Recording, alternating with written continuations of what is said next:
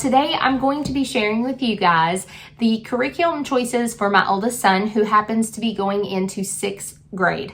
That is so hard for me to say, so hard for me to admit that I'm gonna have a middle school age child.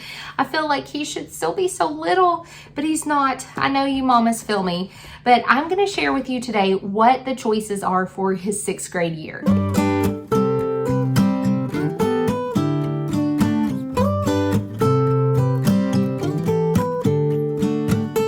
Guys, I am so excited to be sharing with you these curriculum videos.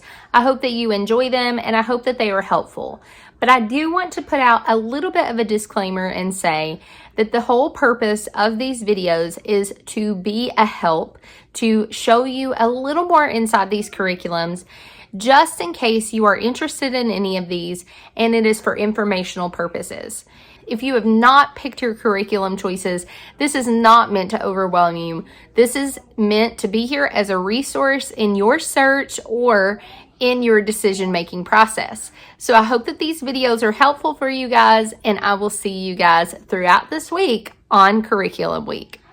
Now, if you are not subscribed, make sure you hit that subscribe button because I would love for you to stick around. But all this week, I'm going to be sharing curriculum choices for each grade level of my kids.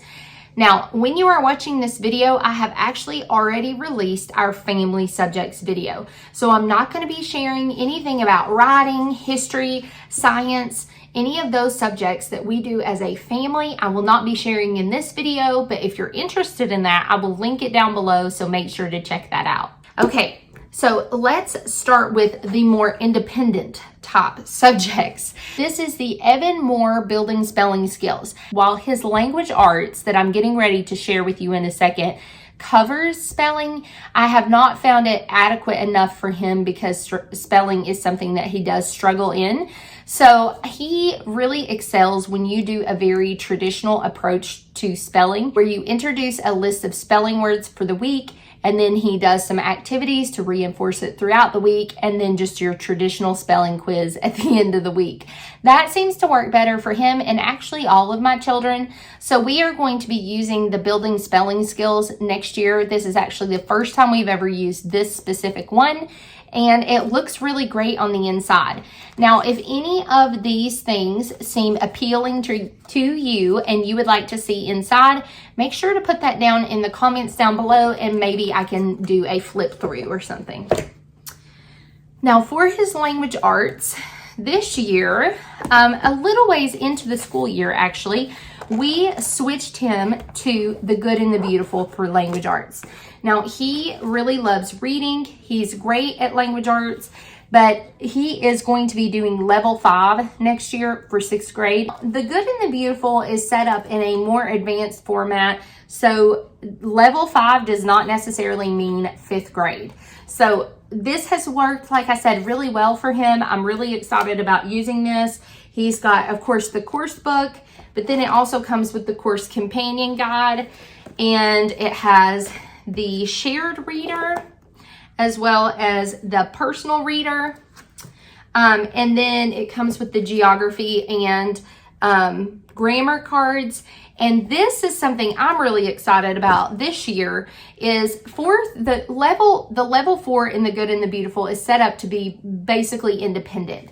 And so from 4th grade up, it is set up in that way. One of the things that they add on level 5 is this daily checklist, which I am so excited about. This will be so good for him, just to be able to see what he needs to complete for the day and to do that independently. There are still components that you as a parent complete with your child doing this, but I'm perfectly fine with that because I like to still be involved in the learning process. I don't want to be completely cut out of it.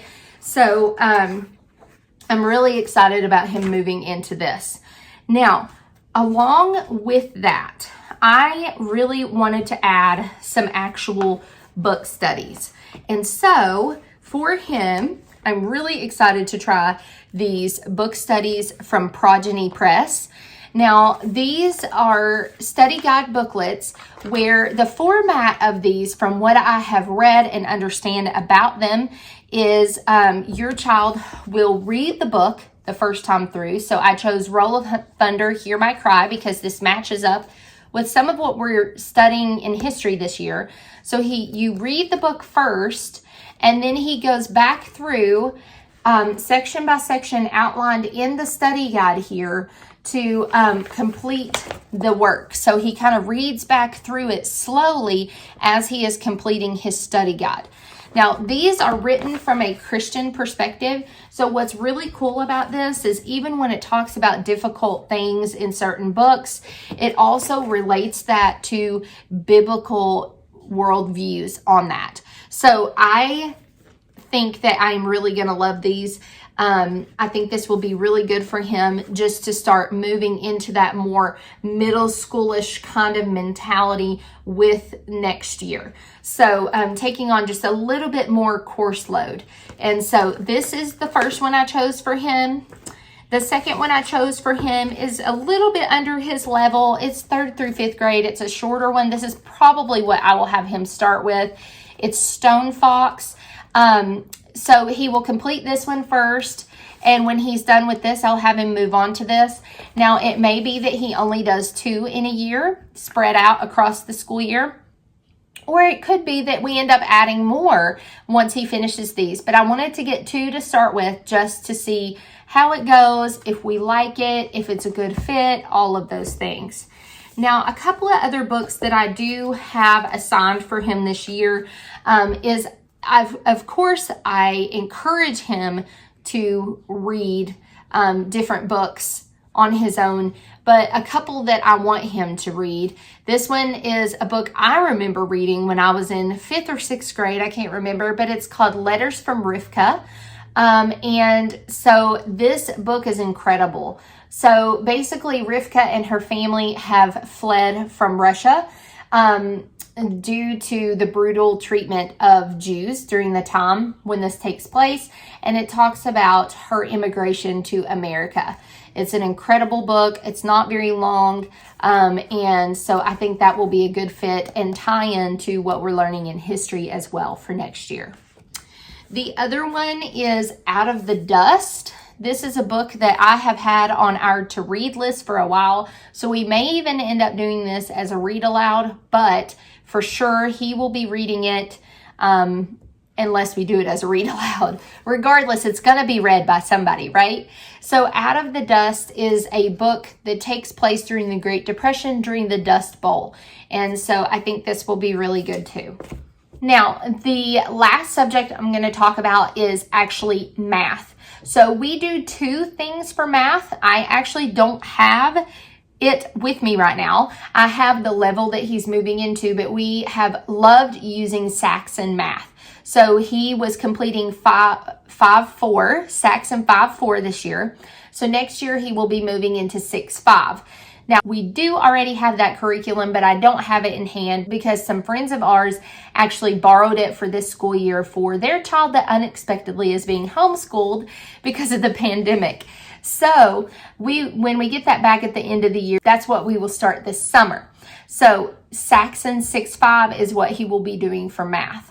So the other thing for math that we do is actually teaching textbooks. Now, this is an idea that really actually came from my friend Rachel over at 7 and All. She was sharing with me and some other friends of ours just how her parents, because she is a 2nd generation homeschooler, her parents have always done 2 math curriculums with each of their children at the same time. And it makes it really thorough instruction, but it also gives a great example on different methods and approaches of how you can do math.